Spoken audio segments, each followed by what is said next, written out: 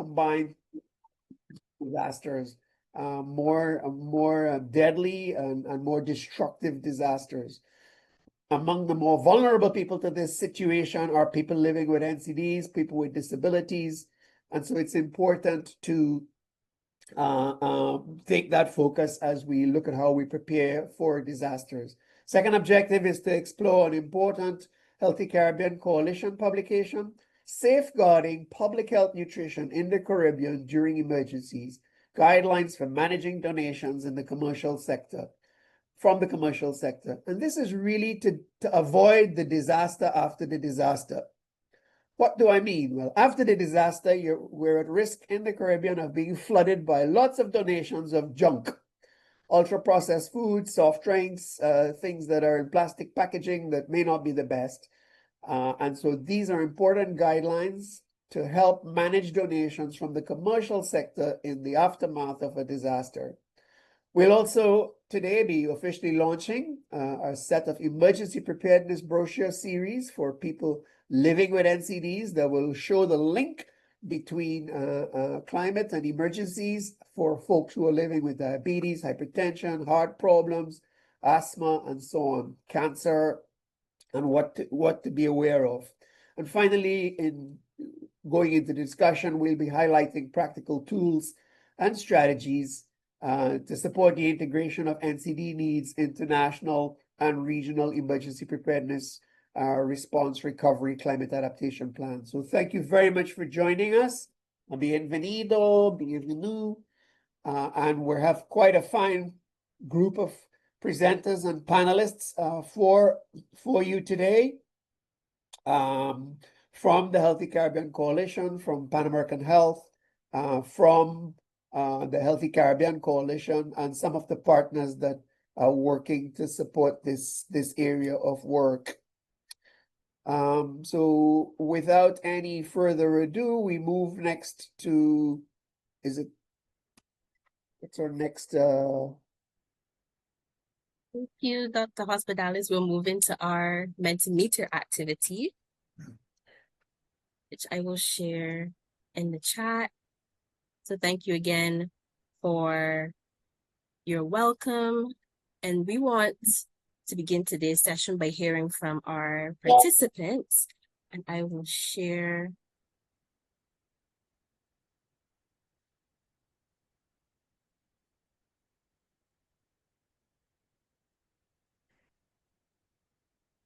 give me a second.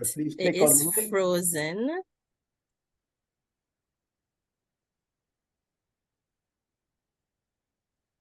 Right, so we'll encourage you to share your thoughts anonymously via Mentimeter. You can go to menti.com and enter the link, the code here, or you can click directly in the link that we shared in the chat, or you can scan the QR code.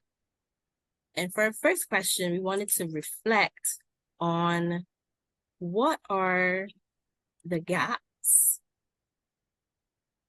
taking a while to come up, but what are the gaps that remain in making disaster response plans truly people-centered, particularly for those living with NCDs? So give everyone just a couple minutes, a couple seconds just to get into the Menti, and you can share what gaps you're seeing in the Caribbean, in your community, with respect to disaster response plans, especially for those who are living with NCDs.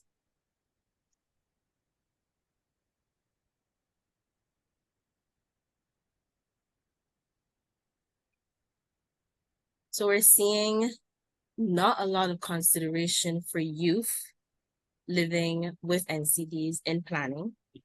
Yes.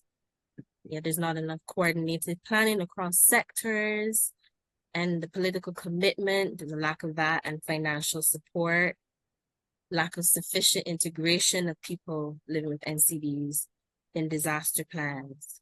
That is the financial constraints again, we're seeing that popping up. Yes, and I encourage everyone, keep those answers coming in. We're going to now move on to our next segment, and I will allow Dr. Hospitalis to introduce this. Thank you. Oh, good. Thanks, everyone. So we're seeing a commonality of need to work on this area, to make it a priority, to think about it, plan for it, have more cooperation between sectors, and include the needs of people living with NCDs more explicitly in this kind of planning. Things mentioned include plans excluding nutrition. I used to be on the PAHO Caribbean Disaster Response Team for 8 years, and things have evolved. And this session today and the work we're doing will help to improve and address some of these issues that are here.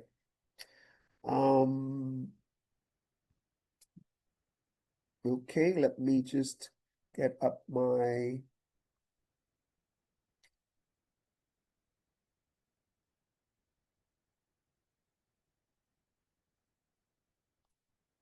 So we're going into the introductory session and let me welcome and introduce the speakers for opening remarks from CARFA, from UNICEF, from PAHO. Then the first, is Dr. Heather Armstrong from CARFA with us yet? She is. Yes, I'm here. I'm Good here. morning. Good morning. Welcome to CARFA. Morning. We look forward to your 3 minutes of remarks, looking at your role in disaster response, particularly as it relates to people living with non-communicable diseases. And Dr. Armstrong is the head of the Chronic Disease Injury Prevention Department at CARFA. Over to you. Thank you very much, Dr. Hospitalis, and distinguished colleagues, panelists, and participants. It is a pleasure to join you today and to contribute to this critical conversation on disaster preparedness, response, and recovery, particularly with a focus on protecting the health and well-being of our Caribbean people. We know that the Caribbean is being faced with multiple threats, and CARFA remains deeply committed to strengthening regional health security through comprehensive integrated approaches. We have made significant progress in this area, but we know there's more to be done. CARFA plays a central role in the region's disaster response architecture as a standing member of the Regional Response Mechanism coordinated by SEDEMA, and contributes to health emergency coordination, public health surveillance, laboratory services, risk communication, and post-disaster health assessments in this capacity. We have been advocating for integrating NCDs into disaster preparedness and response frameworks because we recognize that persons living with NCDs are among the most vulnerable during disasters, as disruptions to medication, care continuity, and psychological support can have severe, even fatal consequences. And in this regard, we have prioritized capacity building across the region to strengthen national systems to better address NCDs, mental health, and nutrition before, during, and after emergencies. This was reflected most recently in CARFA's third annual capacity building meeting for NCD, nutrition, and mental health focal points, where countries work together at the meeting to strengthen technical knowledge on managing NCDs, nutrition, and mental health emergencies, improve disaster risk reduction planning for chronic diseases and mental health care, draft actionable country-level and regional recommendations for the better integration of NCD prevention in disaster preparedness, builds advocacy capacity for national and regional policy change, and strengthens the network of focal points to promote ongoing knowledge sharing and collaboration. Beyond these training efforts, CARFA will continue to facilitate knowledge sharing and exchange through the publication of a newsletter on NCDs and disaster preparedness. The newsletter will showcase country experiences, emerging best practices, and with contributions from our member states and key partners. Ultimately, our collective resilience depends on strong partnerships, shared experience and expertise, and of course, our crucial role in protecting our most vulnerable populations. CARFA remains fully engaged with all of you, member states, regional institutions, and development partners to advance a truly integrated, people-centered disaster preparedness and response framework for the Caribbean. And we look forward to learning more about the publication from HCC on safeguarding and nutrition during emergencies, and of course, more about emerging research, which will play a vital part as we try to strengthen our ability to respond to disasters and emergencies. Thank you. Thank you very much, Heather. Profiling CARFA's role in the response. The next speaker in this session will be Zaria Ingham, a youth climate change advocate for UNICEF in the Eastern Caribbean. Zaria? Good morning, everyone. I would like to begin by expressing my heartfelt thanks to the Pan American Health Organization, the Earth Medic Earth Nurse, and the Healthy Caribbean Coalition for the opportunity to be here today to speak on behalf of UNICEF Eastern Caribbean and the many young voices across our region whom I'm proud to call my brothers and sisters. As Caribbean people, we often carry an image of ourselves as unbreakable, rooted in survival, forged by storms, and defined by an indomitable spirit. Our ancestors turned little rocks and sandbanks into nations through grit, faith, and sheer will. But even the strongest walls can crack under pressure. They've endured unimaginable hardships without the tools or the language to process what we now understand as trauma. And today we do have that language. We do have those tools, and it is our duty to use them, especially for the next generation. Too often, when disaster strikes, our attention rushes to infrastructure, logistics, and economics. But we must ask, where are the young people in our plans? What are we doing to center their voices and, more importantly, their mental well-being in how we prepare, respond, and rebuild? I was 15 years old when Hurricanes Irma and Maria devastated my country in 2017. I was just beginning my final year of high school, preparing for the CSEC exams. The roof over our heads may have survived to some extent, but our sense of normalcy at the time didn't. With very limited electricity, damaged resources, and a heavy silence about how we were really feeling, we as students were expected to press on, and we did, but at what cost? And mine is just one story. According to the World Health Organization, 50% of mental health conditions begin by age 14. That is half of our youth, half of our future already at risk before they even enter adulthood. And yet too often we focus on what we can see, debris, buildings, and roads. But mental health is the invisible crisis that lingers long after the winds have died down. There are the children of Abaco, Bahamas, and Barbuda, displaced and uprooted. The students in Carriacou taking classes outdoors to feel something like normal. As this year's hurricane season threatens to be more active than average, the question isn't how we will recover, it is how we will protect, and not just buildings, but minds. And thankfully, there is hope, and there is work being done. Together with a passionate army of young people from 23 countries and the unwavering support of UNICEF Eastern Caribbean, we have embraced the challenge of building solutions with youth. We've been equipped to speak for ourselves and each other, and for me, this has been an incredibly meaningful and empowering journey. Since 2023, we've been actively engaged in a range of initiatives aimed at strengthening youth mental health across the region, and here's just some of that work. In partnership with the Healthy Caribbean Coalition, we've developed a regional mental health directory available on the Young Caribbean Minds website at www.youngcaribbeanminds.com. And this tool allows young people to access country-specific resources and connect directly with professional support in their area. We've also co-created tools by youth for youth, like the UNICEF Young Caribbean Minds Workbook Volume 1, which breaks down mental health in a relatable and culturally grounded way. And the newly launched Volume 2, complete with coloring and activity pages, blending learn with play, created by 40 co-authors, young people, including myself. UNICEF has trained youth advocates, hosted webinars, and partnered with organizations like Let's Unpack It and Caribbean Youth Environment Network to amplify awareness. Through creative competitions and countrywide awareness campaigns, we've engaged with ministers, permanent secretaries, schools, and communities, ensuring that the message doesn't just stay online, but reaches the ears and hearts of those who need it most. So what truly matters? It's this. In disaster response and recovery, mental health is not a luxury, it is essential. And young people are not just an afterthought, but we are partners, we are survivors, and yes, we are also leaders, creators, and architects of our region's future. So if we want a Caribbean that's resilient, not just in infrastructure, but in spirit, then we must center youth voices. We must invest in their healing, their strength, and their ability to rise. Let's not wait for another storm to wake us up, but let us build a region where our young people not only survive, but thrive. Thank you. Thank you, Zaria, for your enthusiasm, infectious enthusiasm. I had my first baptism in this business in Jamaica, Hurricane Gilbert. And the following year was Hugo, which mashed up Montserrat. And I was in shock to see some of the damage, not only to the infrastructure, but to the people.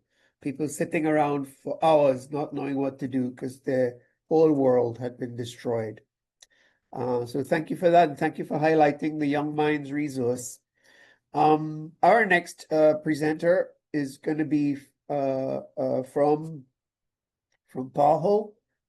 That's going to look at, just one moment while my screen behaves itself, will be Lealu Reballos, who's the advisor for health emergencies in the Caribbean, PAHO office in Barbados. And she will look at non-communicable diseases and disaster response, highlighting some of the gaps in knowledge that we have and how PAHO is working with countries to integrate NCD management and mental health support into emergency preparedness, which was identified in the Mentimeter as an area we need to keep improving. So we'll be glad to hear about that. And that includes discussing some of the support to the climate smart health systems, which is a very good practice that PAHO has been promoting. We champion this in Arithmetic. So over to you, Lealu. Good morning, everybody. And let me just see if I could do this in slide presentation. Please confirm. Yep. Yes. All right, great. So again, it's a great opportunity to share some of the work that PAHO and the other agencies are doing in this webinar, putting people and health first in disaster preparedness and response and recovery. So we all know that the Caribbean has a splendid things to share. We have beautiful beaches. Our environment is really something that people talk about and people want to visit. And I hope that I'm able to share some of your iconic location in your beautiful islands. But we also know that sadly there are, I don't know what's happening. Okay.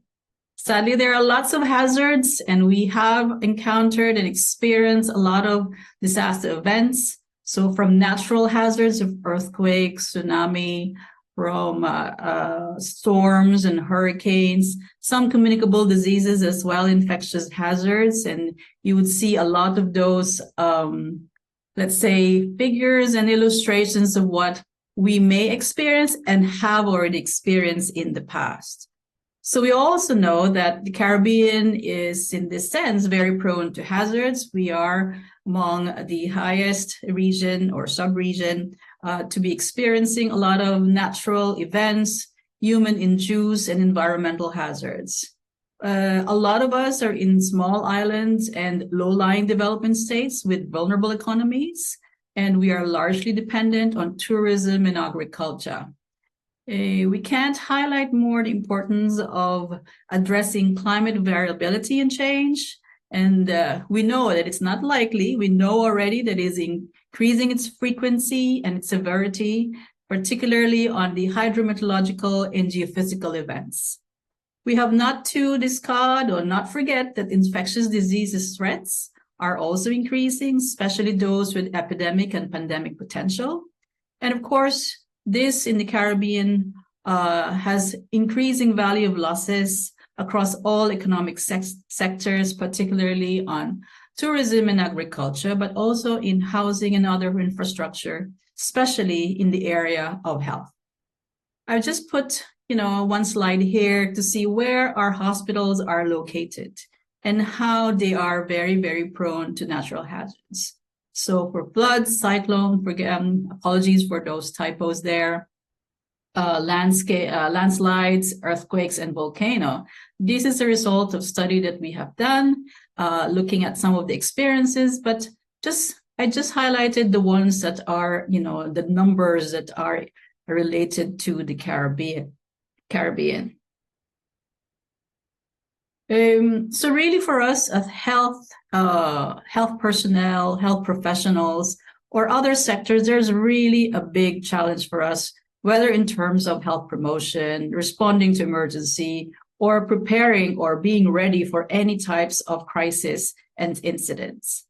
So really and truly, and if we zero into the non-communicable diseases and mental health, in times of disaster, there are certain impacts relating to mortality, meaning death, and those related to injuries, whether it's physical trauma or injuries that require immediate assistance. Some may be left homeless because of their houses being destroyed and who need shelter following an event. Then the affected people who require immediate medical assistance during period of emergency because of basic needs, food, water, and sanitation. But we also know that prior to emergency, we can kind of, in a way, predict some of the causes or some of the impacts that it will have on public health. Communicable diseases is one of them, issues related to healthcare, particularly if we have damage and if it's on its infrastructure, loss of personnel. We have environmental health problems following emergencies and disaster. Food and nutrition is another issue, and those who have injuries and those having acute illnesses. Chronic illnesses is another impact. Mental health and psychosocial effects, and we have seen this more and more in our experiences, and of course highlighting non-communicable diseases. And non-communicable diseases worsen during disasters and emergency. So especially if we have physical injuries, having direct traumatic injuries that exacerbate, of course, the non-communicable diseases, precipitating acute cardiovascular events or worsening chronic respiratory diseases and worsening of diabetic control. Degradation of living conditions is another issue that worsens non-communicable disease, especially if there is loss of shelter, shortage of water, and regular food supplies. And at times because of lack of income adding to physical and psychological strain. Interruption of care through the destruction of health infrastructure, disruption of medical supplies because of those disruptions, but also inability to access healthcare because of your health centers, hospitals, or polyclinics are affected. And providers who are skilled, but they are affected, injured, and unable to come to work or return to work. And this also can include disruption of power or safe water, which may have life-threatening consequences, especially for people with, for example, end-stage renal failure requiring dialysis. Forced displacement is another area that we need to look at and prepare for. Having loss of access to existing medication or assistive devices, loss of prescription in some of the situations that we have experienced in the past, disrupted healthcare facilities that I can't, highlight more. Our routine healthcare are at most disrupted by these emergencies, providing those services by our health centers, as I earlier said. And this could lead to worsening health outcomes and increased risk of complications. There are gaps and challenges that I wanted to highlight. One of them is really looking at limited awareness and prioritization. So NCDs are often overlooked or not prioritized during emergencies. And some of you have already mentioned that in the Mentimeter exercise earlier. And this leads to a focus on, acute illnesses and injuries. And some of the key actors may not fully understand the chronic nature of NCDs and the need for ongoing care. Lack of knowledge is another area that we need to work on as a gap and a challenge. Healthcare workers and community members, may lack or may have limited knowledge and skill to effectively manage non-communicable diseases in emergency setting. So there is really a need for specific training on NCD care in, let's say, humanitarian context or emergency and disaster contexts. The other area is inadequate resources and support. Resources for NCD care, such as medicine, supplies, and trained personnel, may be scarce or unavailable in emergency setting, or they may be limited. There is a need for more robust and sustainable approach to providing NCD care during emergency, for sure.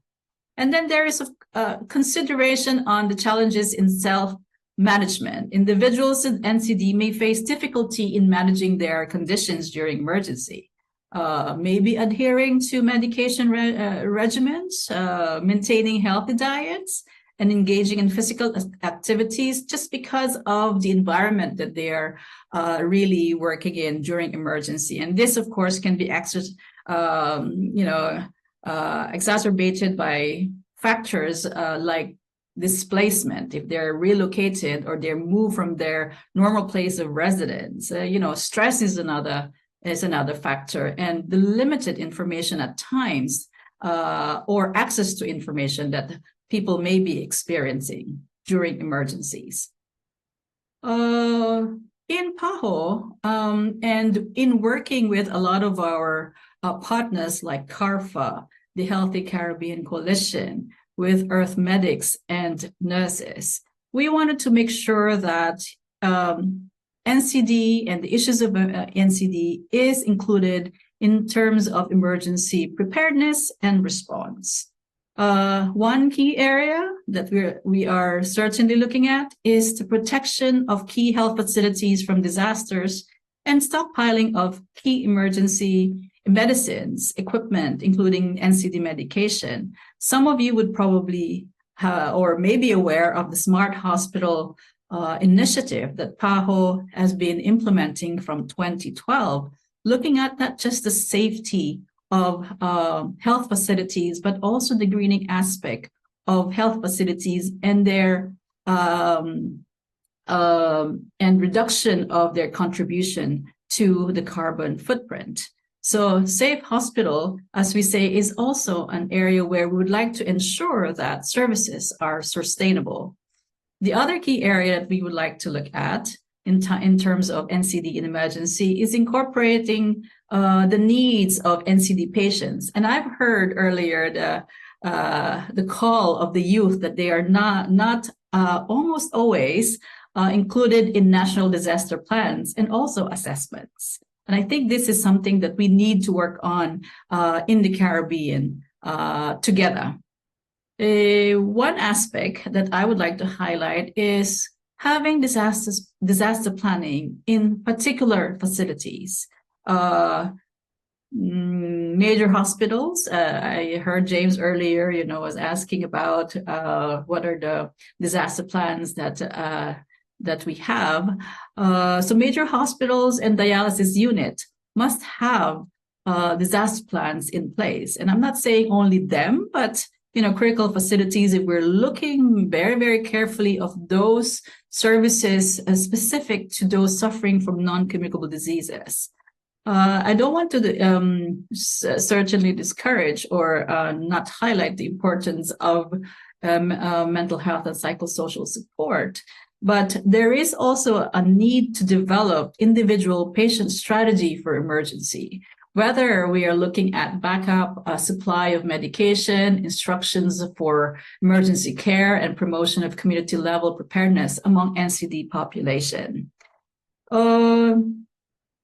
I think this is second to the last, establishment of NCD registries of NCD patients with critical needs. People with diabetes, whether type 1 or type 2, those who are needing, home ventilators, and those who are needing dialysis units. But also highlighting the importance of having those registers would also contribute to the surveillance and monitoring of people with NCDs immediately post-disaster, and also during the response and further on in the recovery stage. Lastly, I would like to highlight having a multi-hazard approach to working together and in dealing with NCDs and mental health and psychosocial support during emergency and disaster, linking, us as different entities that can facilitate NCD care in emergencies, working with Red Cross, working with NGOs, local NGOs and international NGOs working NCD and mental health, but also other civil societies organization. We have as one of our key partners, the Healthy Caribbean Coalition, and I'm sure they are going to present some of the key highlights of their work in this webinar. Let me just see, and I think that is the last slide that I have for you. And I am very, very happy that you are able to participate in this webinar. And so I pass back to James for any comments or questions from our participants.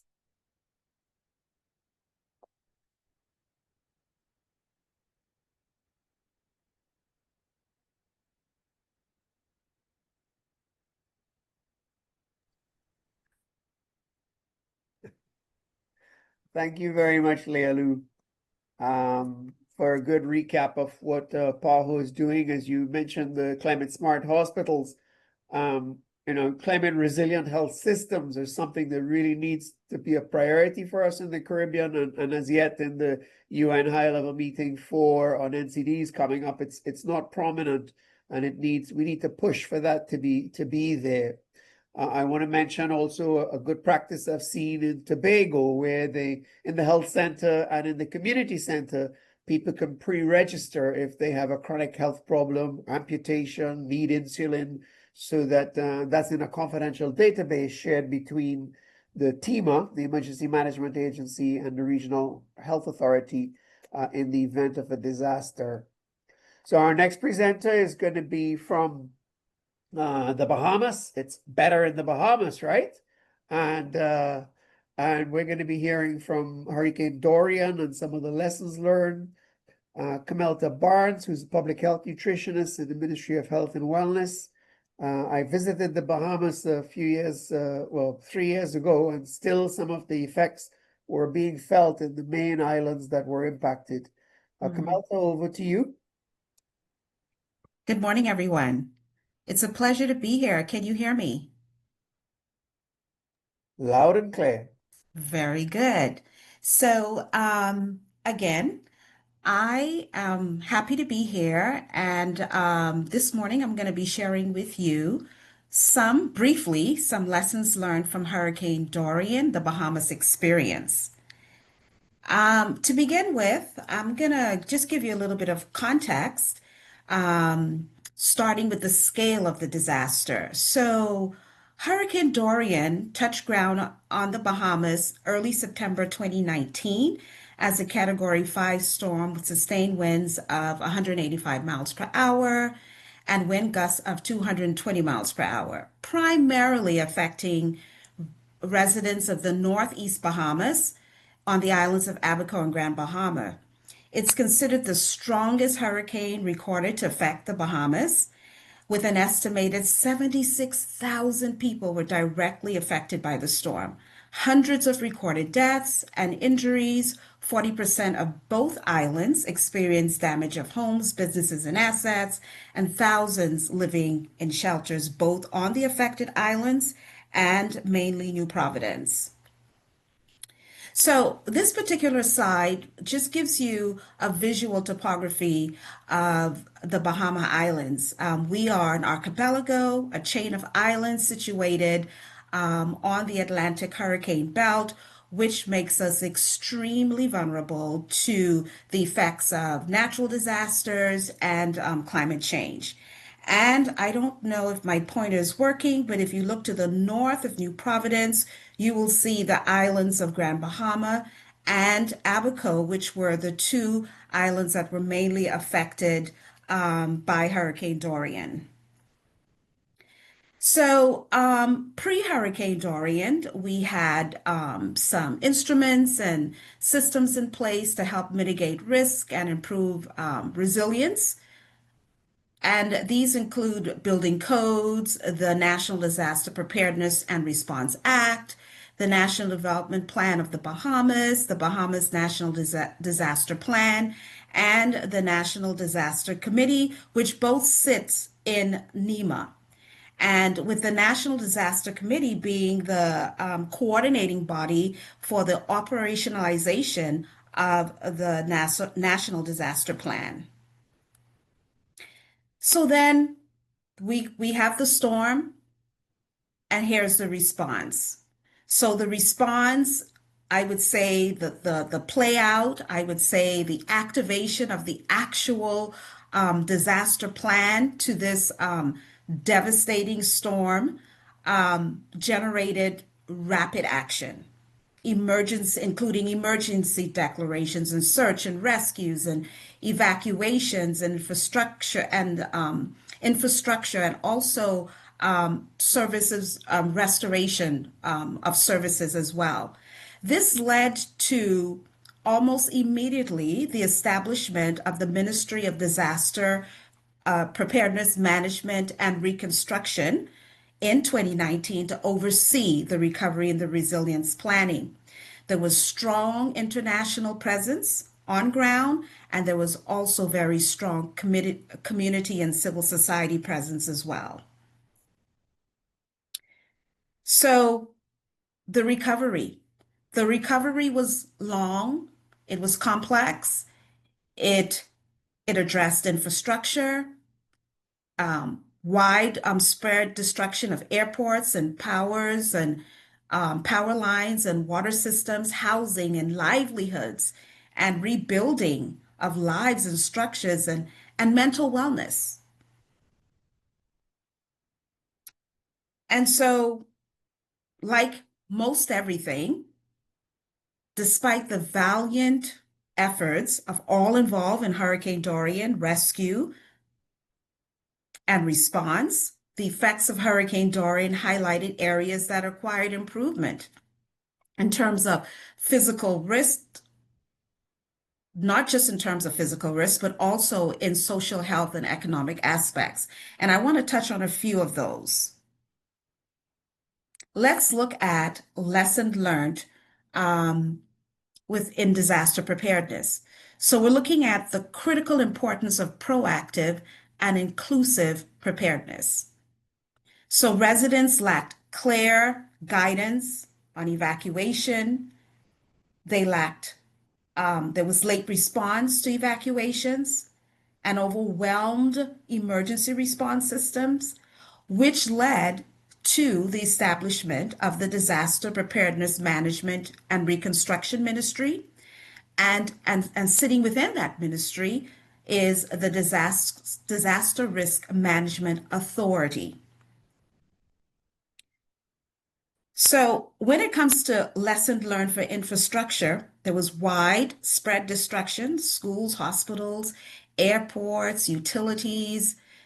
And so we realized that building codes needed updating, enforcement of resilient construction standards, the need to invest in climate change infrastructure. And so to date, there's ongoing work on the development of climate resilient health systems, including the development of policies and procedure manuals for climate smart community shelters as well. So next we have communication. And as I shared with you earlier, the structure, the makeup of the Bahamas as an archipelago, one of the things that was learned was that there needs to be multiple backup communication modalities, satellite, phones, radios, etc. Clear channels between government agencies and emergencies services. And bearing in mind that the main EOC center is located in Nassau, New Providence. So multiple community modalities is essential. There were confusion in terms of evacuation orders, receiving updates as communications failed. And so having the disaster risk management authority in place, it's one of the efforts in trying to improve the system, the communication systems in the event of natural disasters or emergencies. So, lessons learned when we think about food and nutrition security.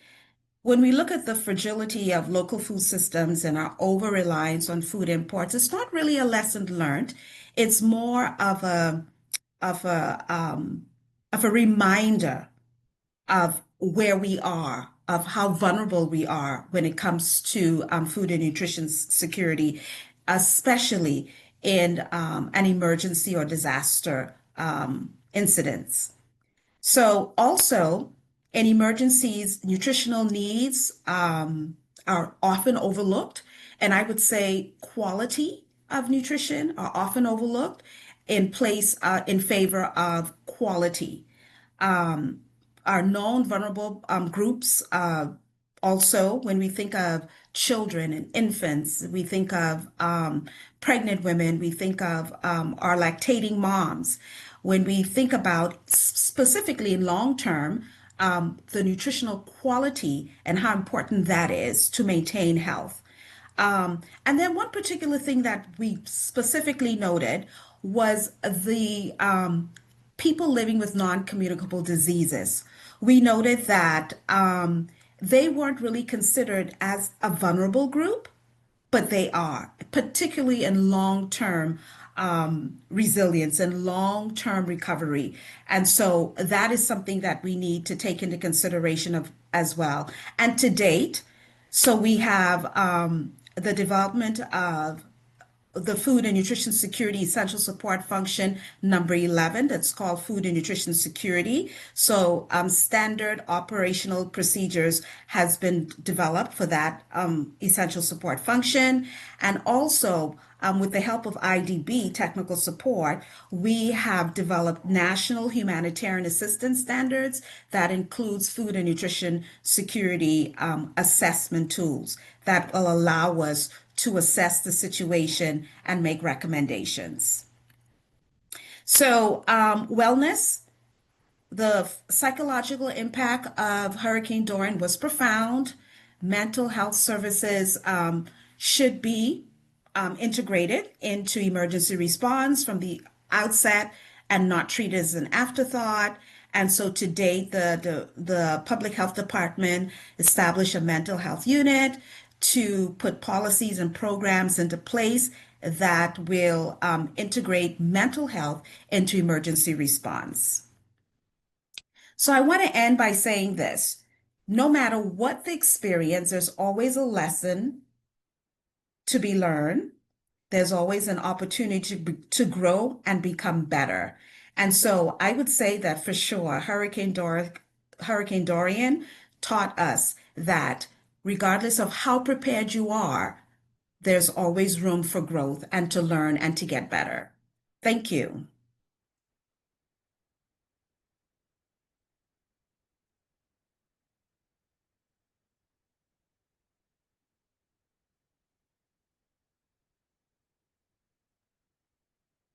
Thank you very much, Kamelta, for your recap of what happened during Dorian, the response, the lessons learned. Having visited, would have been 2022, I could see still recovery was not complete in Abaco. You know, it's so yeah. You could see I'm struggling for the words because I'm still feeling that emotional impact from what you went through.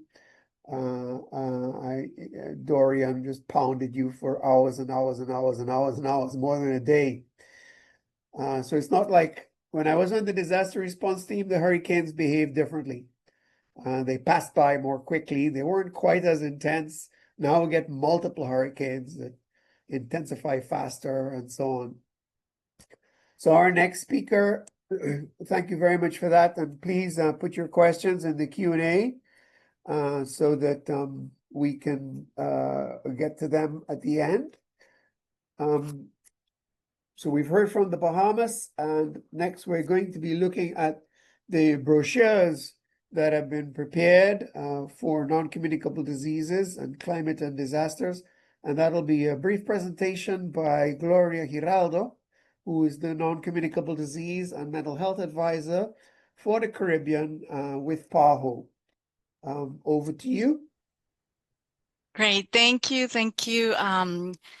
James and colleagues.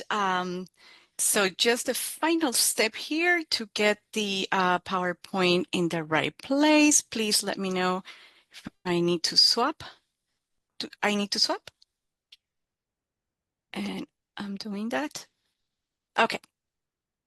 Okay, very good. So my preceding presenters have made the work very, very easy for me, and very excited to share with you this joint work among several organizations and the input of many people. But I'd like to start by sharing that we are building coherence in the many different activities and frameworks that we work here in the Caribbean with. And one of them was the 2023 Bridgetown Declaration on NCDs and Mental Health. And as we know, that put front and center that there would be a commitment to actions that address NCDs and mental health, that they should be integral part of climate change resiliency and pandemic preparedness, and respond and protect people, communities, and economies in the face of future emergencies by ensuring uninterrupted access to quality, essential service and medicine throughout life course, while reducing the exposure to their shared risk factors. So I think it's important to situate ourselves that we do have these frameworks, and after the 2023 work in SIDS, in the small island developing states, we also had work at the WHO level with bringing together countries around the world to strengthen services for NCDs in all hazards, emergency preparedness, resilience, and response. And there was a WHO report that came out in 2024. And more recently, was mentioned by my colleague, Dr. Armstrong from CARFA. We came together for bringing together all the focal points of NCDs, and many of the actions that have been called upon, trying to incorporate them into the plans and national plans, disaster preparedness plans in our context. And today, we're very, very pleased to share with you the work that we have been doing with the Healthy Caribbean Coalition, with EarthMedic, Earth Nurse, with our colleagues from CARFA, and with the Eastern Caribbean Health Outcomes Research, ECHRN, with whom, from whom you will be also hearing from in a little bit. But I wanted to point out that this work was building upon the research that has been conducted by one of our speakers who will be amplifying this topic, but important that we're relying on Caribbean research, and that we're building upon some work that had previously taken place. So here they are. These are the panels, some of the panels we are debuting today. And of course, why are we doing this? Why is it important to tailor this information for persons living with NCDs? Of course, we know that the NCDs require long-term and actually often lifelong care. And that means that in every life situation, we should be thinking about the persons that live with a condition. And that is what it is. They learn to live with that condition. And if the environments are right, they can live very healthy, very fulfilling, very happy lives. But we need to be thinking about this group of people, or the people with, and I count myself among the persons living with this, a chronic condition. We need to have them in mind in any type of any emergency preparedness plans, because they are a vulnerable group, as it has been mentioned by our previous speakers as well. We have developed one brochure per topic, and also including special populations within that. So we have one of our brochures is for persons with asthma, and another one is with children for asthma. So one adults with asthma, another one children with asthma. Also persons with hypertension, diabetes, as I just showed. And I will show also very novel topics that were developed through this process. Of course, we're aiming to improve self-management and preparedness among the persons themselves that live with NCDs. And this is really about that, the empowerment of our vulnerable populations. And this also goes back, I just came back from my workshop from the Better Care for NCDs initiative and the Hearts initiative. And we talk about having a foundation for this work on the chronic care model, where we need to have empowered persons living with the conditions. So this is what the brochures are intending to do. And as a novelty, in addition to the brochures that I've just shared, Healthy Caribbean Coalition and their members have also provided a wonderful input and the creation of a brochure that focuses exclusively on civil society organizations and their response during an emergency. This, of course, it continues to promote consistent, trusted messaging using WHO PAHO guidance and with local expertise from the partner ECORN, which is a consortium of universities, as well as very well-respected civil society organizations such as Air Medic, Air Nurse, and Healthy Caribbean Coalition. So we invite you. This is a first in this type of materials. And there was an addition to the existing set of materials on natural disasters and persons with cancer. So this also a novelty in terms of what we had previously. Therefore, a little bit about, you will get to see it. We will communicate. They will be posted in all of the organization's websites. And they, in addition to, we try to divide them up, each panel having a stage of the preparedness. So in terms of the preparedness itself, we know that disasters can disrupt medication supply, as that is what was well described by the previous presenter. So, of course, we as persons with chronic conditions, we need to be ready, making preparations.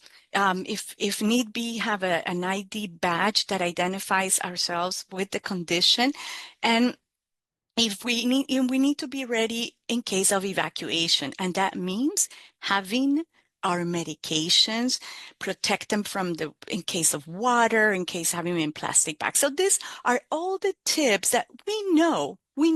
However, when a moment of emergency comes, we need to have very clear checklists, very clear ideas as what to do. Therefore, each panel is adapted to the specific condition of the brochure's topic, as I mentioned earlier. In terms of additional features, it also has one panel that describes what would I do if I start feeling ill differently from where I feel normally. So it provides some tips depending on the condition on what to do if the person is feeling ill. And finally, as it was beautifully highlighted this morning by our a youth representative, mental health is as important as his physical health. So in every brochure, there has been a panel entirely dedicated to mental health.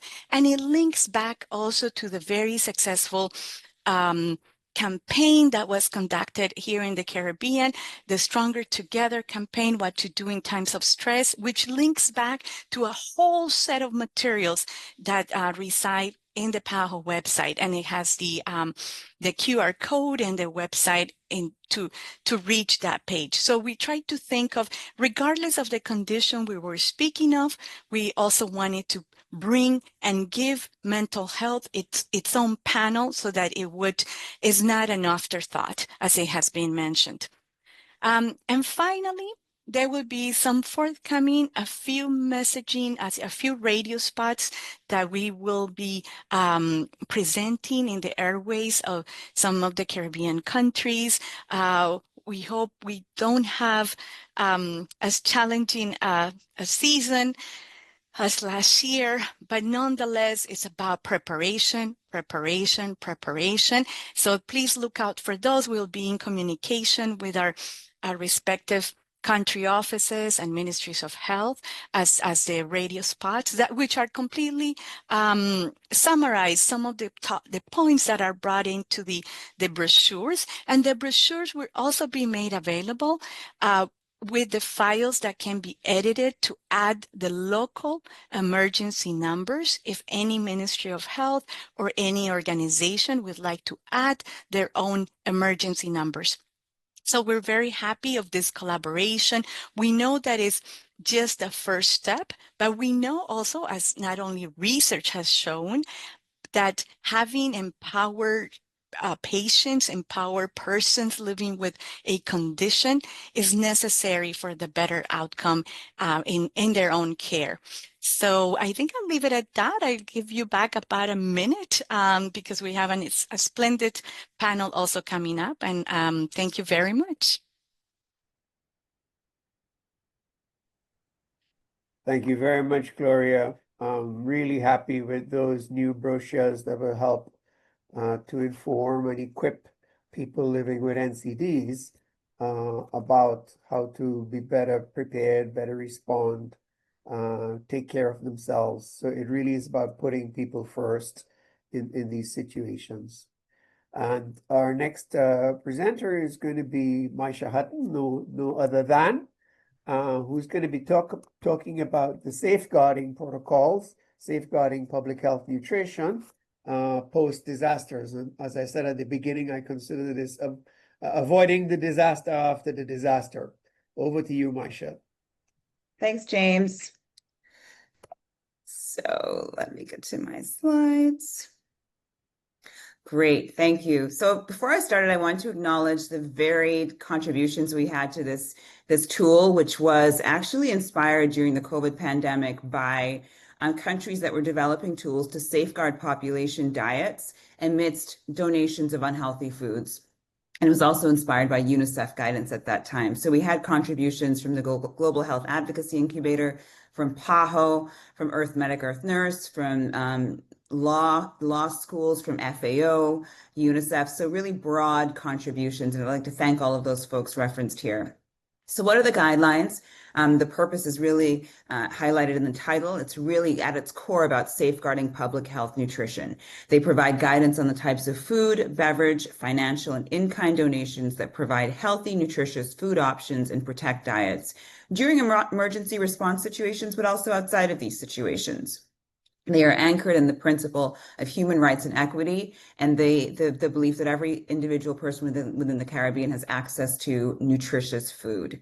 The audience includes, but is not limited to, civil society organizations, governments, disaster relief organizations, executive agencies, and the commercial sector, again, including but not limited to the food and beverage industry. Maisha, we're not seeing your slides. Oh, okay. Hang on a second. Let me see what's happening here. Okay, do you see them now? Yes, good. Thanks. Okay. Are you still seeing them? No, we're not seeing them at the moment. Every time it seems I switch off the screen, it loses the screen share. Hang on a minute. Apologies for that. Let's see. Can you see them now? No, we saw it. I don't know what's Yes. happening. Yes, Yeah. yes, yes, yes, Yep. Okay. yes. Document at a glance. Can everyone see that slide? What are the guidelines? Yes. What are the guidelines? Okay. Maisha, I can share from my end and you can. Yes, please. Sorry about that. I don't know why that's happening. Okay, great. If you can go to the next slide, Danielle, for me. And the next one. The next one, I think I got to who the target audience was, document at a glance. Okay, so this really tries to illustrate the kind of scope of the document, but we don't have time to go into it. So I wanted you all to see really what it includes in its full, in the fullness of the document. So next slide, please. The regional context, we're all aware of the high rates of NCDs, overweight and obesity, and the ongoing challenges with food and nutrition sovereignty and insecurity, further exacerbated by climate-related shocks.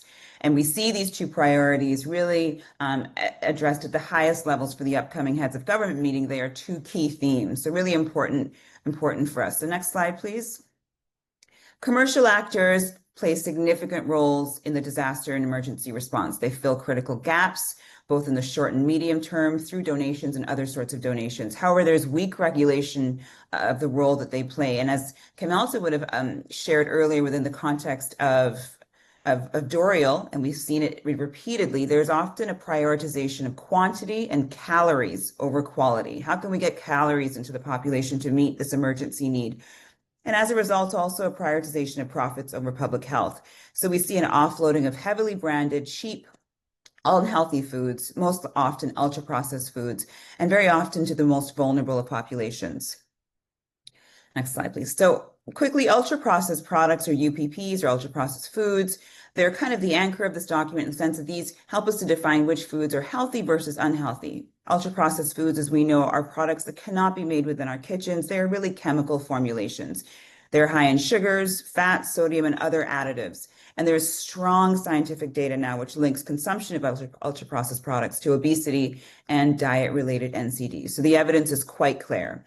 The NOVA classification is used as a helpful tool to help us to define and understand the degree of processing. And in this document, we lay out the NOVA classification, and usefully, we provide examples of foods under each of these categories within the Caribbean context.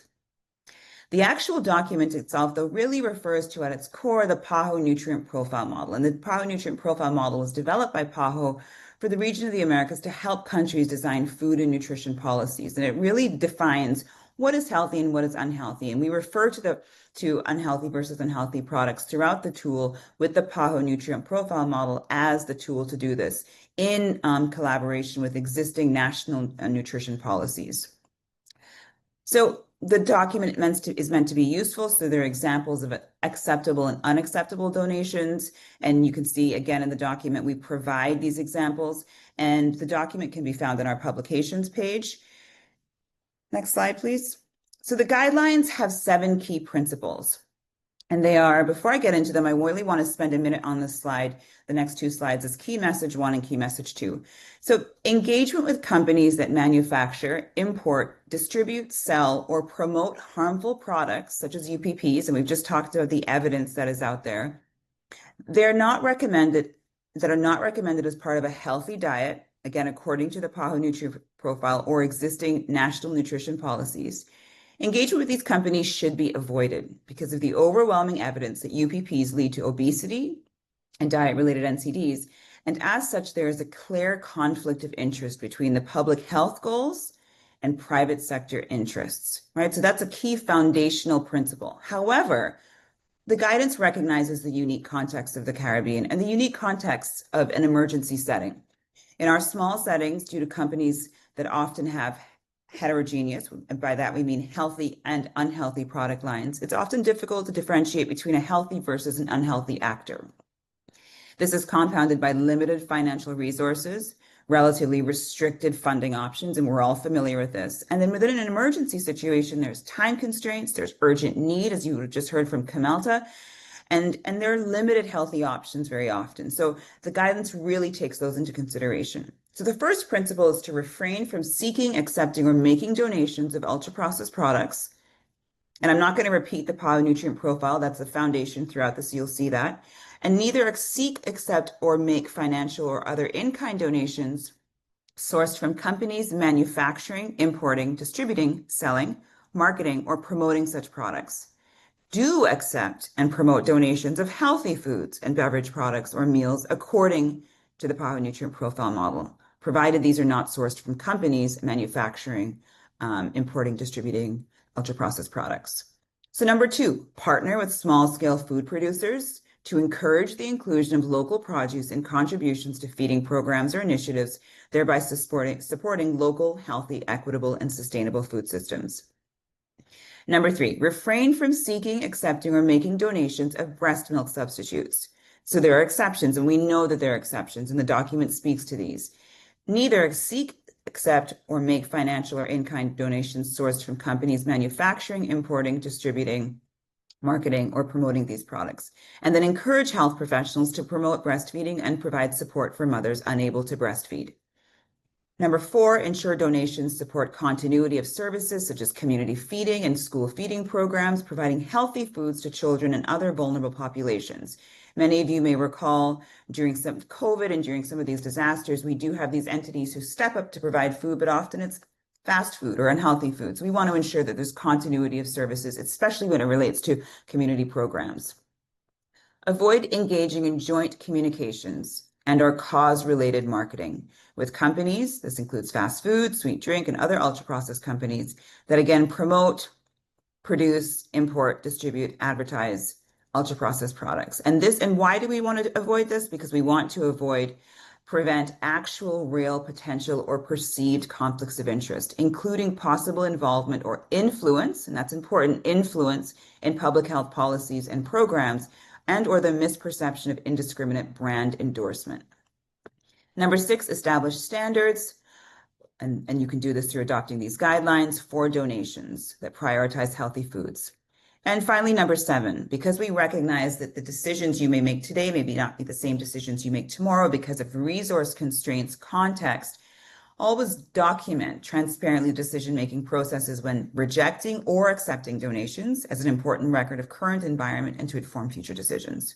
So again, kind of recapping on our key message, engagement with companies that have harmful products and services should be avoided to avoid conflicts of interest. And key message number 2, however, this guidance recognizes that there are instances where you may not be able to implement fully the guidelines. So the unique context of the Caribbean and emergency settings. And so in order to assist the users of the document, we outlined a series of scenarios. And the scenarios are meant to help to guide decision-making. They're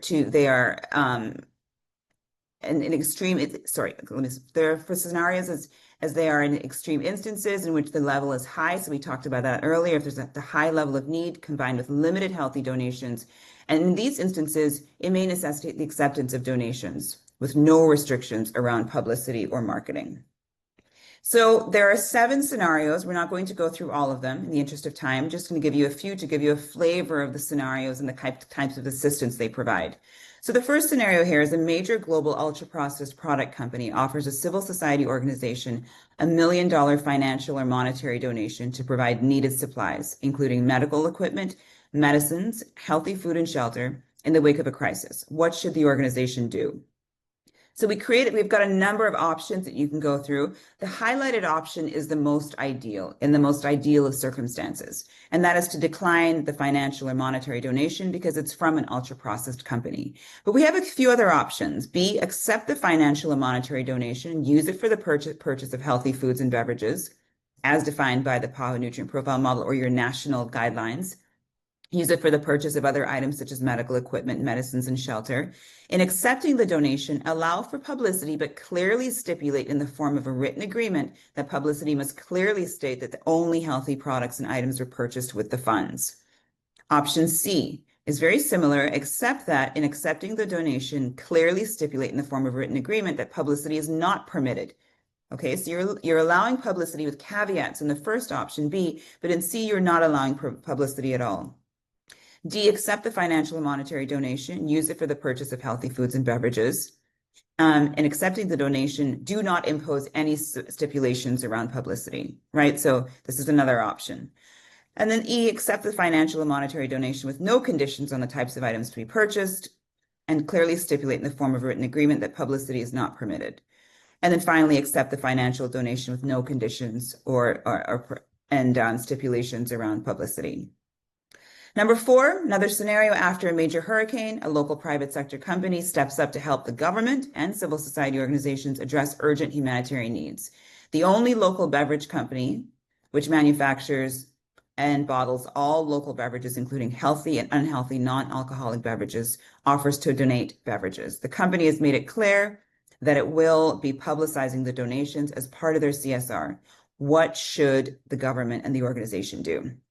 Options are decline the donation because it's from a company that has within its portfolio UPPs Accept only the healthy beverages, that is water and beverages that contain less sugar than is defined by your nutrient profile models.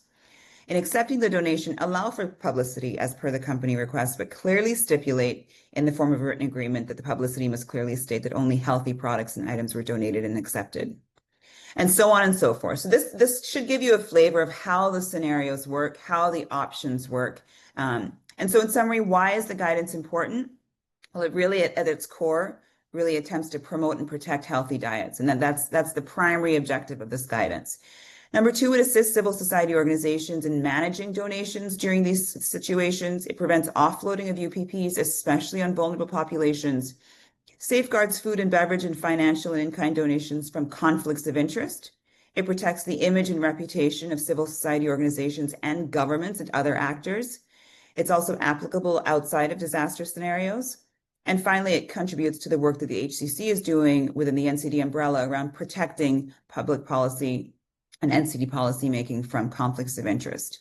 And finally, we are disseminating, how are we disseminating this tool? We have shared the tool with partners across the region. It's on the website. We presented it to the NCD focal points, and we did this in partnership with CARFA. We presented it to the chief medical officers, and they recognized and acknowledged the document and said that they would review it and consider integrating it into their local national responses. We'll be holding a number of training sessions, and we will continue to share the document online and update it. We've committed to, with our partners, updating the document in the next few years, a kind of a version 0.2, as we seem to improve the content of the document and respond to the kind of evolving environment. So we hope to have feedback from all of you as to how we can improve it. And I'm going to end there with just under 20 seconds left. Thank you, James. And thanks, Danielle, for scrolling through there for me. Appreciate it. Thank you very much, Maisha. I'm overwhelmed. I think this is really important development for the Caribbean to help protect people, protect our diets, have a healthy diet. I mean, this is so important. 8 years ago, I wrote an article that NCDs and climate change were two sides of the same coin for us in the islands. And one of the reasons is that after a big event, you tend to slide and you don't have local food available, fruits and vegetables wiped out, and it's so easy to default to importing a lot of junk stuff, and the population gets accustomed to that. The business people make money that way, and so these are such important guidelines, and we will support you in promoting them and helping in any way we can to see them implemented. A colleague of mine in Arithmetic is just saying she's handling a British Medical Journal article on this, and she wants to be in touch with you to get the guidelines to be able to reference them with the BMJ. So yeah, from the chat, a lot of people are also liking this. So the next thing we're going to is a brief Mentimeter to gauge where we are. Over to you, Doriel. Hi, thank you, Dr. Hospitalis. And before we head into that, we have a couple questions in the chat. So maybe we can just take a couple minutes to get to those. We have one that I think is directed towards Leolu. I don't know if you can unmute and turn on your camera. The question is, how can countries dealing with disasters best organize international aid coming into the country? I don't know if Leolu, if you're still with us, if you're able to unmute.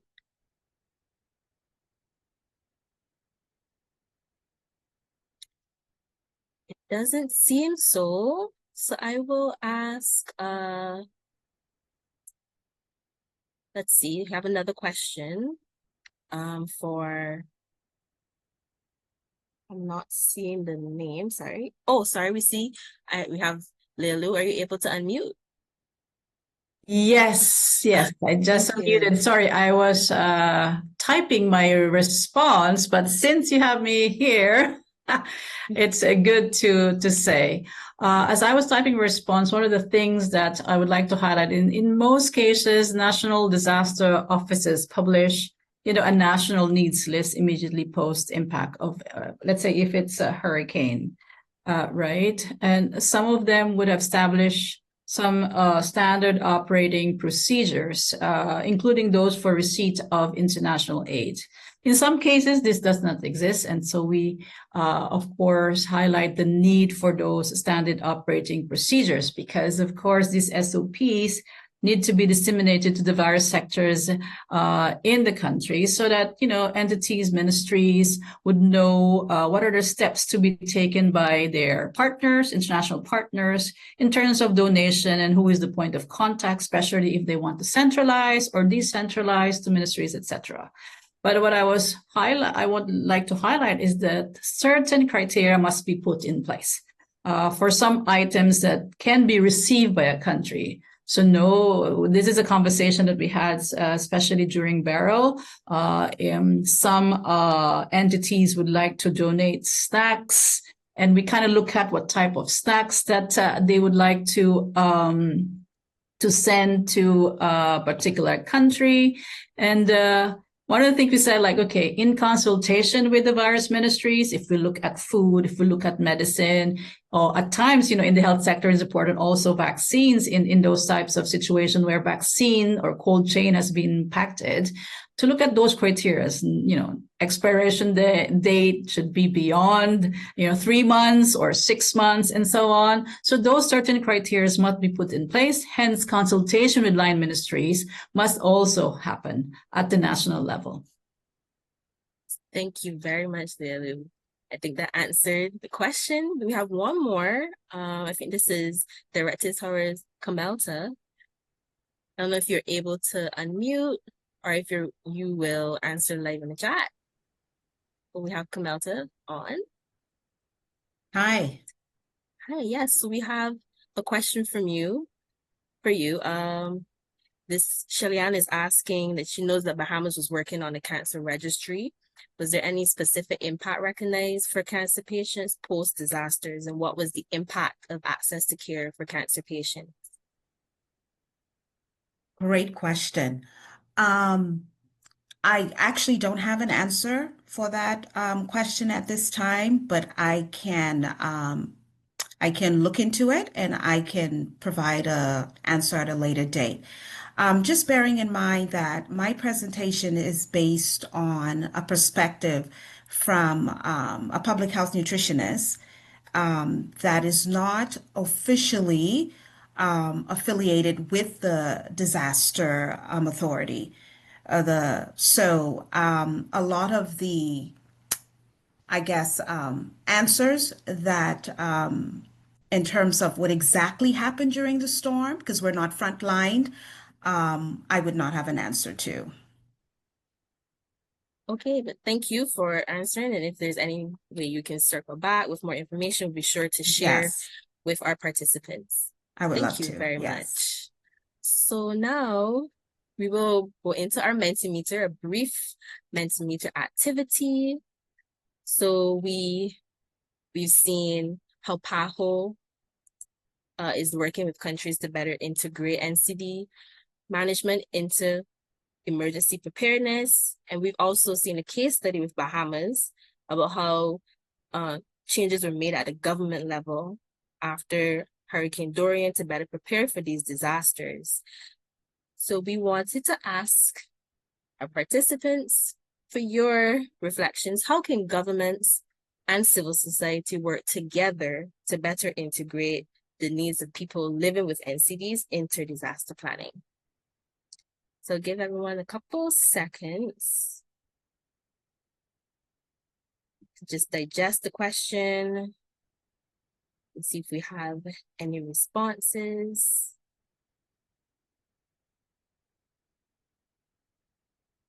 Okay, we have one. We have that government needs to meaningfully engage and consult with civil society to get more on-the-ground reach.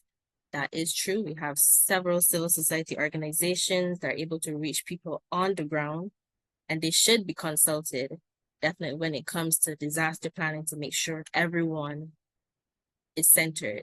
Surveys and polls on their critical needs prior to disaster planning. Yeah, prior to disasters beginning. That is very important. You need to start the planning before peak season.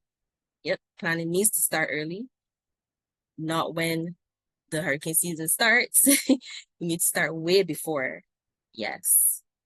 And we need to move on. We'll get this last one. We need to make sure we need to get opinions of the people we're intending to help. That's definitely important. And more open dialogue and better grassroots planning, definitely. For our next question, we wanted to hear from you, like, what are some people-centered responses to disaster or emergencies that you have led or observed in your own countries? If there's any on-the-ground work you've done, or you've seen other countries or within your community that have done some work, please feel free to share.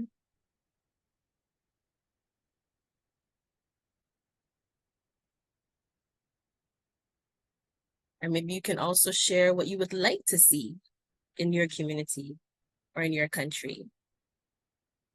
Definitely different ways you can answer this question. We're gonna give a couple seconds before we move on.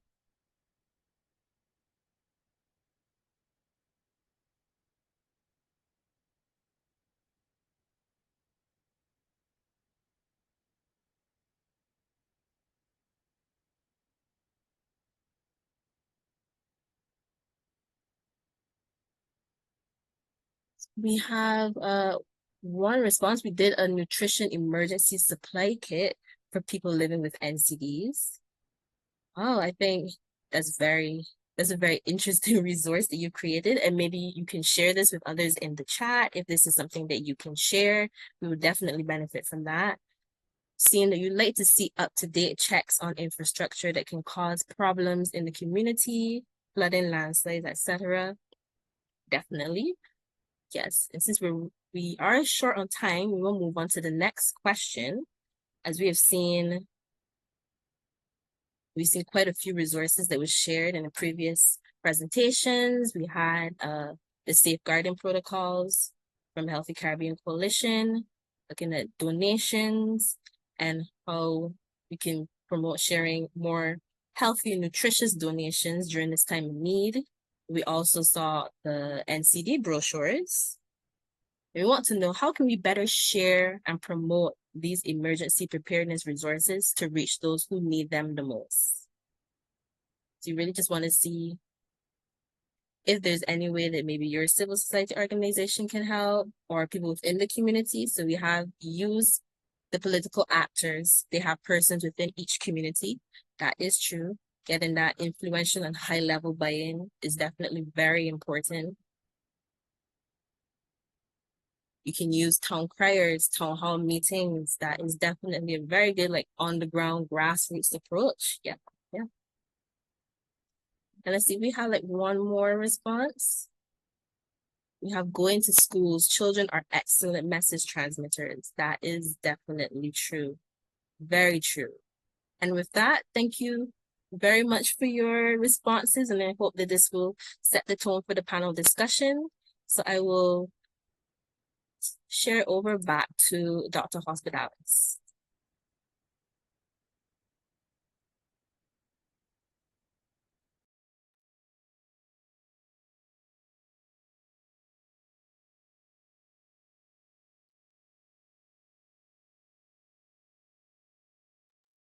Thank you, Doriel, and thank you for running the Mentimeter. Lots of good suggestions there. I put one as well that I mentioned earlier on. That Tobago has a good system of pre-identification of people with special needs on insulin or amputation or blindness, and that's shared in a register between the Emergency Management Authority and the health folks. Somewhere in the last little while, we crossed 100 participants. We're at 123, so this is great. Good turnout. Welcome again, everybody. Those of you, some people joined late, but I meant to acknowledge before when we passed 100, which was during Leah Lou's presentation. So we next have a panel discussion talking about prioritizing NCDs in emergency and climate resilience planning and some of the tools there. So I'm down to say a few words to look at, as the hurricanes intensify faster, they become stronger, they last longer. These are some of the features of the behavior of storms today. Hurricane Beryl behaved like that. So you may go to bed hearing, oh, it's just a Category 1, and you're not too worried. And by the time you wake up next morning, it's a Category 5 bearing down on you. So that old paradigm of thinking it's not too bad, you need to revise that paradigm because they can intensify very fast. Why is that? Because the oceans are hotter, and the hot seawater powers the hurricanes to be able to accelerate much faster. And then they're going to be much stronger when they hit you. We saw that with Dorian, we saw that with Maria, and we saw that with Beryl, so that they're very powerful, Category 4 and 5. They're even talking about a category above 5, that storms can be so powerful that they need new categorization. So they become stronger faster. They last longer. They linger. The way the atmospheric conditions are changing, they don't just pass by in a few hours or rapid. They can hang around for a long time and do a lot of damage. They're also wetter. Because of global warming, because of climate change, and the extra heat in the atmosphere, more seawater evaporates, so that it's more humid. And that humidity is going to come down somewhere. It comes down as rain during hurricanes. And so you have more intense flooding, more intense landslides, bridges washed away, communications washed away. And if you're listening to what I'm saying, that's going to increase risk for people living with non-communicable diseases in particular. It increased risk for everybody. If your car washes away, if your phone line's cut, if the bridge is out, then you're in greater trouble. In Hurricane Maria, in Dominica, it was really bad. The minister was cut off in his constituency. Chief medical officer couldn't get back home. Permanent secretary was also had difficulty in the response. So a whole country for a while was the leadership was clobbered by this event. When I the Bahamas, I think so much of the response for those of the Bahamas on the line often comes from Nassau, comes from New Providence, and you think, what happens if New Providence gets clobbered? So you really need to think of how you distribute the ability to respond in a multi-island archipelago. So people with NCDs, of course, and has been highlighted earlier on, access to medicines, access to services and treatments that you might need. Hurricane Maria in Puerto Rico demonstrated that, where there were officially 64 deaths, but in the months that followed, well over 1,000 excess deaths were documented. Some people say as close to 3,000 compared to a similar period in the year before. And that's because of, in large part, lack of access to service, lack of access to medications. We in Earth Medic and Earth Nurse have been working to build regional capacity and NCD capacity in that regard. We've had 4 live regional courses on climate change and health. One of those courses or webinar series focused on climate and NCDs.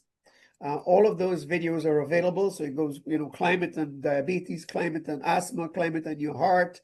And that's a resource that's available there to help build people's understanding of the links. When I was on the disaster response team years ago, we thought a lot about the infectious diseases and set up surveillance in the emergency department to track that. And then you realize, well, actually, there are not so many infectious diseases right away. What you see right away is injuries from people stepping on nails, exposed nails or trying to repair their place. And then comes the gastroenteritis, and then comes, give it a couple of weeks, then comes the dengue. And at no time, I have to confess, when I was on the disaster team, was I thinking a lot about people with NCDs. But out of this webinar today, we're realizing we have to shift our thinking to think about the vulnerability of those folks. Some of the brochures and tools that we've been exposed to today will be helpful in that regard, to build capacity. So we will continue to work on this, including doing research to document the vulnerability as a result, and to be able to tell the stories of resilience, some of which are coming up here, and some of the ideas that are here for what we need to implement to improve resilience in the face of it.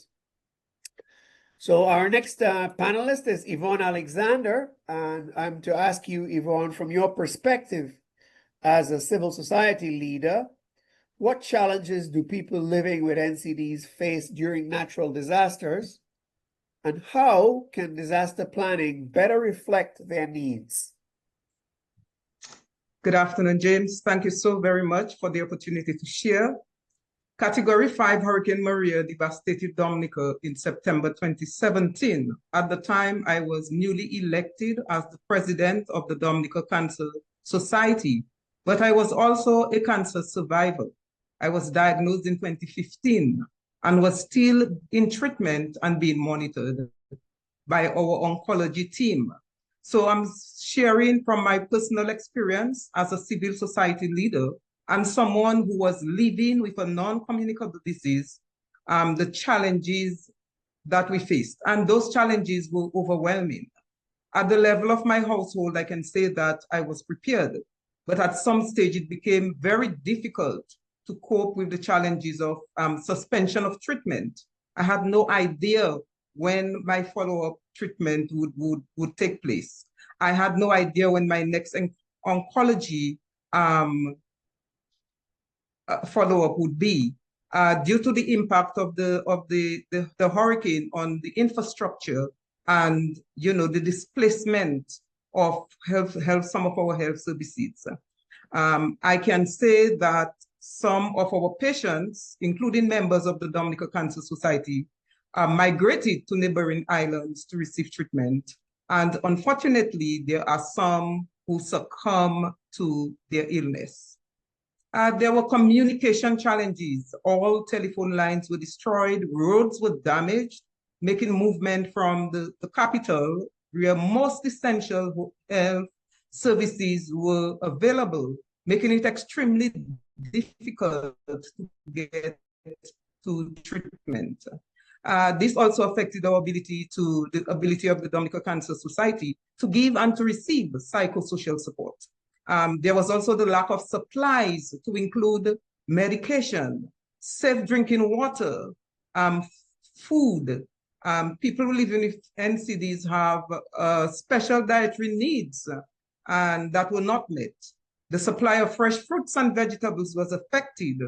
I personally resorted to eating foods that could be considered ultra-processed, simply because other fresh and healthier options were not available in the supplies that were available and were being circulated. And I can say that no amount of planning could probably have prepared us for the impact of Hurricane Maria and its effect on our lives. But I do believe that greater integration of people living with NCDs, especially cancer patients in treatment, in national disaster planning, can assist in reducing the adverse effect of such hurricanes, disasters on our lives.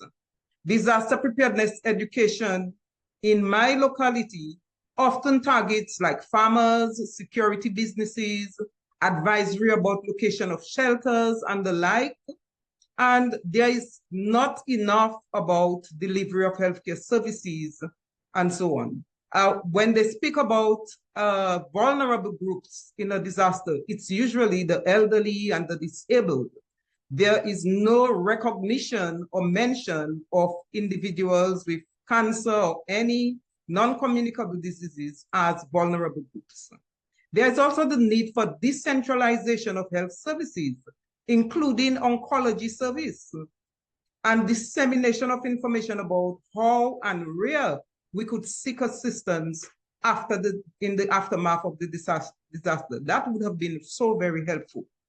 In the case of the Dominica Cancer Society, we have improved access to and communication with members. We have decentralized our services through the formation of support groups. We have had individuals trained in psychological first aid. who are ready and can provide that kind of support, because we recognize that so many of our members, all they needed was some psychological first aid. We also engaged in disaster preparedness education with members of our Roseau support group.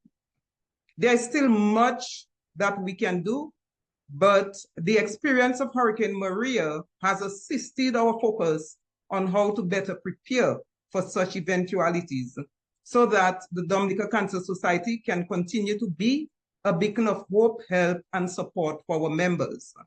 I really want to applaud all the efforts of PAHO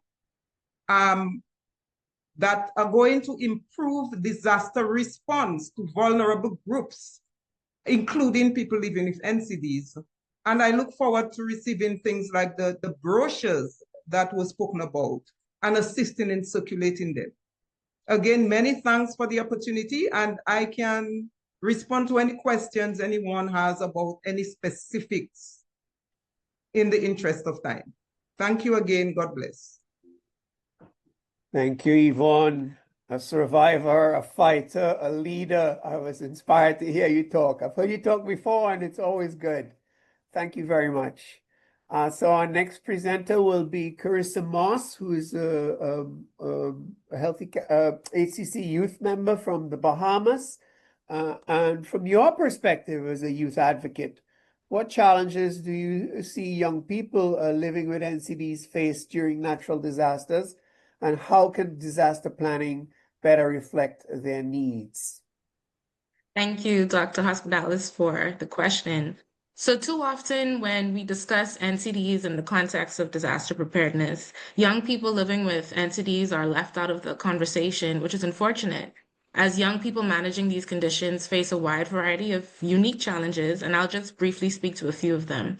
So in my experience, there remains a perception that NCDs are primarily adult health issues. So as a result, young people living with NCDs are not adequately considered in preparedness efforts. And this lack of inclusion can contribute to them being overlooked or excluded, especially when it comes to the specific type of medications and the age-appropriate care that they would require. As we've heard earlier from Zaria and from other presenters, young people can experience significant mental health implications during and after disasters that can affect them into adulthood if the proper support is not provided. This reinforces the importance of integrating mental health and psychosocial support into our disaster response, which we've spoken to over and over again. And it's important that this is considered not as an afterthought, but as a core necessity. I had the privilege of contributing to the drafting of the emergency preparedness NCD brochures referenced earlier during Dr. Gloria's presentation. And we had a lot of conversation around the need to have this mental health and psychosocial support components included and to ensure that the materials were designed with a youth appeal in mind. So from the colors and the fonts to the characters that were used, we wanted young people to see themselves in the material and to know that this information was meant for them too. So it's so good to see that those brochures are almost to the finish line and ready to be released soon. Another challenge youth living with NCDs experience is that emergency communications are rarely designed with young people in mind. Alerts and public health messages, they often fail to reflect the specific needs and realities of youth living with NCDs. And then we also spoke earlier on the effects of displacement on youth. I witnessed this firsthand during my Hurricane Dorian experience. At the time, I was in my early 20s working at the Bahamas Ministry of Health, and I watched many of my peers lose access to everything, medications, cares, their support services. And this was further compounded by the transportation challenges, trying to move from island to island, housing instability, food insecurity, along with the emotional impact of losing their loved ones and the loss of social support for many of them. And this made it increasingly difficult for my peers living with NCDs to manage their own health and well-being. And in many instances, it exacerbated their conditions.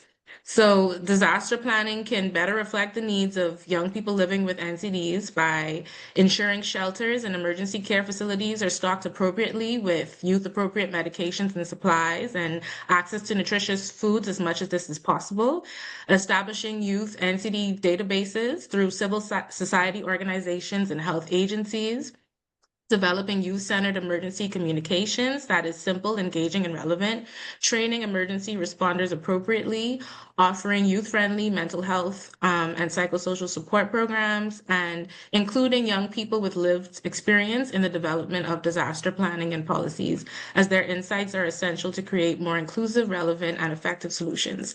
So thank you.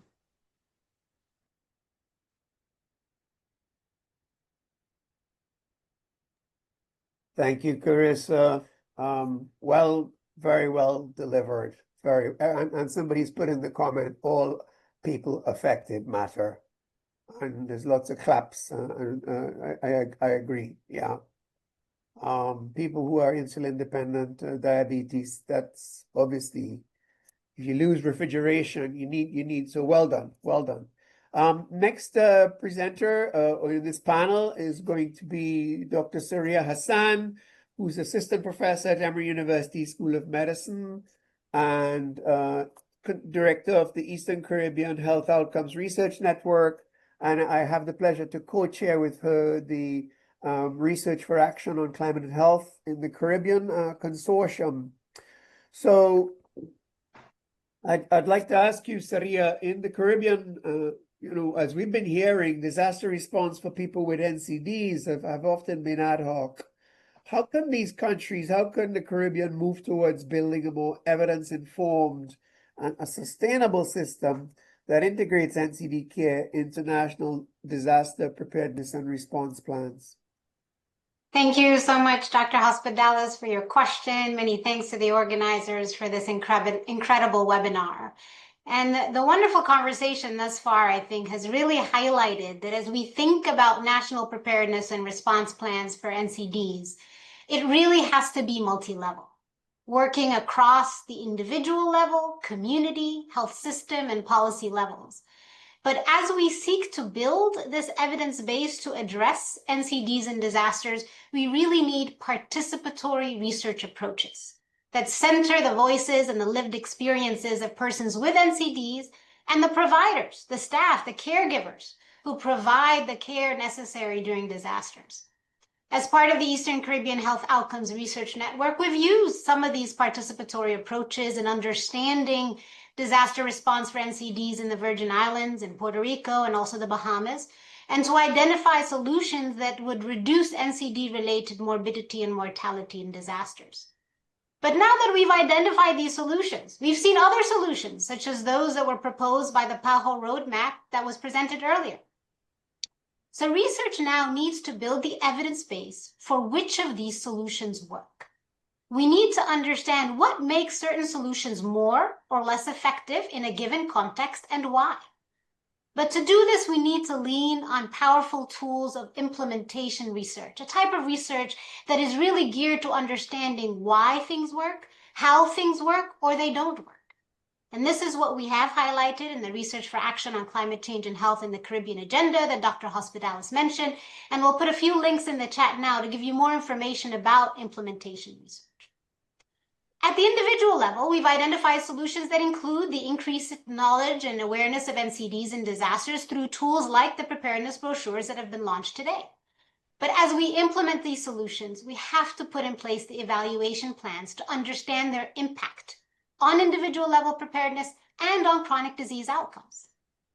At the community level, we've identified solutions that have centered around mutual support systems that allow a community to check in on the elderly person living alone, the person that's reliant on refrigerated insulin, or the person who's bedbound who needs to be evacuated. We've also discussed the importance of mental health that has been repeatedly mentioned here. So how effective would it be to empower community health members with the skills for things like psychological first aid? Again, we need to evaluate when we put these solutions in place, do they work? Do they work for everyone? Or do they work only in certain contexts? And then we can scale them up. At the health system level, identified solutions have pointed to the need for clear post-disaster access points for care and medication. So we've seen mention of innovations like the smart hospitals, designated NCD shelters and mobile clinics, but again, what models actually work best? So for evaluation at all of these levels, we need to strengthen capacity in this form of research called implementation research in the region. But we also need to focus on data surveillance for NCDs, integration with climate and meteorological data, and perhaps most importantly, data sharing. Mechanisms to share data so that implementation research and evaluation can be done effectively at a regional level. So in summary, to build the evidence base you're asking about, Dr. Hospitalis, we need to consider 3 key principles. Start with the lived experience, take a multi-level approach, and invest in building the evidence base through implementation research and data sharing practices and policies. Thank you so much. Thank you, Saria. Excellent summary of the area of how to strengthen evidence informed planning and the importance of implementation science, participatory research, focusing on what solutions work in what context, why do they not work sometimes. We'll next hear from Danielle Toppin, Director General of the Barbados Red Cross. Danielle, I think I saw you last year. Was it in Jamaica? Or was it the year before? Can't remember. But we're going to be talking to you about, can you share with us how does the Barbados Red Cross ensure that your policies and programs respond to the needs of persons with special health problems, considering non-communicable diseases and disabilities?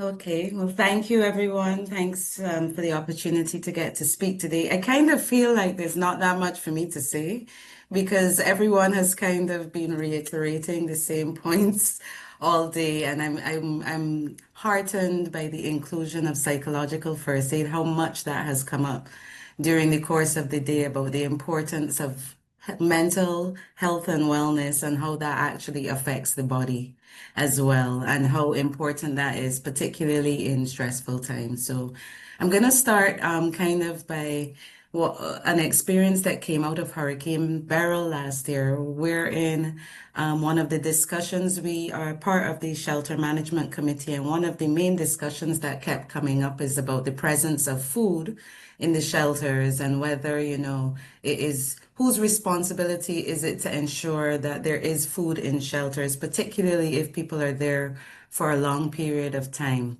And I think one of the general messaging is that people should bring food to shelters, but of course, the population that we serve is not always able, or anyone going to a shelter, we can't take it for granted that people have access to food. And then on top of that, that they have access to healthy food, particularly if they're going to be in a shelter for a long period of time. So I think that got us really thinking a lot about the importance of food and the role of food in disaster preparedness, access to it, and then also the types of food that are available, and kind of more integrating that into what we do, because that's not typically our first point of entry. Food is Red Cross's first point of entry from our Meals on Wheels program, which I think is a program that people are familiar with, not just in Barbados, but in other countries. And more at a programmatic level, we have been, revising the menu to make sure, because most of the people that we serve are elderly people, and most of them already have pre-existing conditions. So it goes without saying that making changes to the food that is provided is kind of like a baseline thing to improve the service.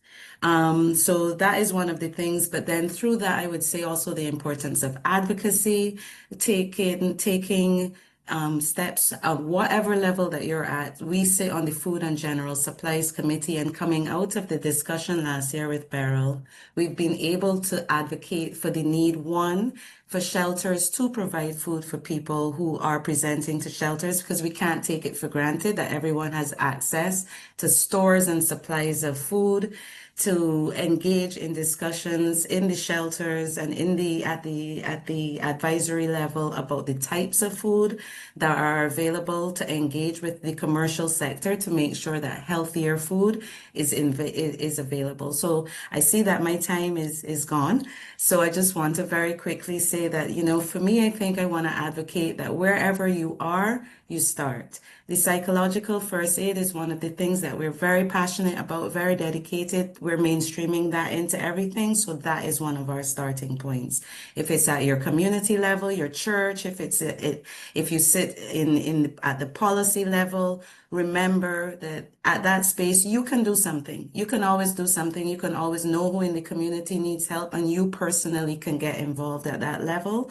If it's organizations, you can keep the conversation mainstreamed about the importance of food in disaster, the importance of the basic human right for people to feel well. Psychological first aid as a thing that if people don't feel good about themselves, they can't make healthy decisions. That's an end point. And then really just about promoting. I think we are not as good as we could be about promoting the good work that we do. And I think that any of us, again, at your church, in your family, wherever you are, start there. Thank you. Thank you, Danielle, for summarizing some of the Red Cross important inputs and the focus on food, mental health, and well-being. You mentioned churches. They often run disaster shelters in many of our countries. And perhaps in future, that's a group we can engage with more systematically, different religious groups that run shelters. So our last speaker in this panel is Mr. Anthony Green. I see you have on your CBU president hat, so we're looking forward to hearing from you to talk about the role of the media and where are my notes? To talk about the role of the media in what we're discussing today, better prepared to anticipate and respond and recover from disasters. Also, the kind of collaboration that's needed. What do you need on the media side? And also, if you could say something about the Global Platform for Disaster Risk Reduction that you've just come back from, we'd be really happy to hear about that. Over to you, Mr. Green. Thank you very much. And perhaps I should start there because it is continuing this exercise here today. And that is just to say thank you for the way that media and communication is being encouraged to be involved in these types of forums, even more than before, being highlighted. And there is an effort to collaborate a lot more. I think it's important because we play an important role not only in covering the disaster. People associate us with listening to what has happened, what is taking place, what has happened, and very often it's tragedy, bad news if the disaster has had an impact, unfortunately. But media, legacy media, at that, play an important role in education. I've heard a lot about the need to reach audiences and reach people. If we want to put people first, they're still in tune with legacy media, and they're still trusting what they're hearing on legacy media, radio, television, newspaper, social media, and digital media is now an important part of that. If you're talking about promoting health literacy, encouraging behavior change, combating misinformation and disinformation, which is now a big deal with the advent of digital media as well. We also encourage participation, action, and feedback. And participation is important because very often we're communicating to people, we're using terms of references that they may not quite understand. So, for example, everybody knows that climate change is happening. We need to do something about climate change and so forth. But you go on the road and you ask the ordinary man or woman if she knows what El Nino is, if she understands terms associated with climate change or even the normal weather news that comes. And I'll give you an example of something that we did here at Starcom Network just last year, where we worked with the Met Services in order to help people understand the weather.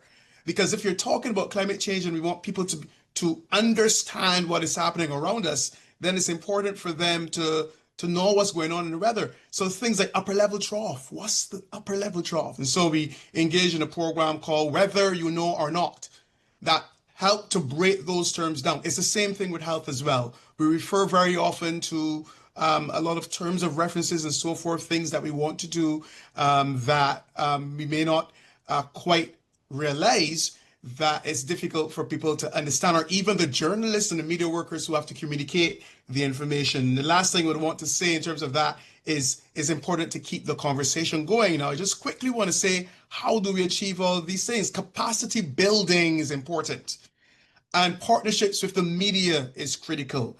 And media also needs investment too, especially if we're going to say that a thriving media, a resilient media is key in disaster risk reduction, then investment is important. I want to congratulate the HCC in this regard, they've really taken a lead in working with CBU and being involved with our awards for journalists and encouraging them to step up. Also meeting with the media and helping us to understand what they do. And we, in turn, having an opportunity to say what we do in media. That kind of partnership is key, not when the disaster has happened or after, when there are likely to be misunderstandings and the fact that the media might be reporting in the people's interest.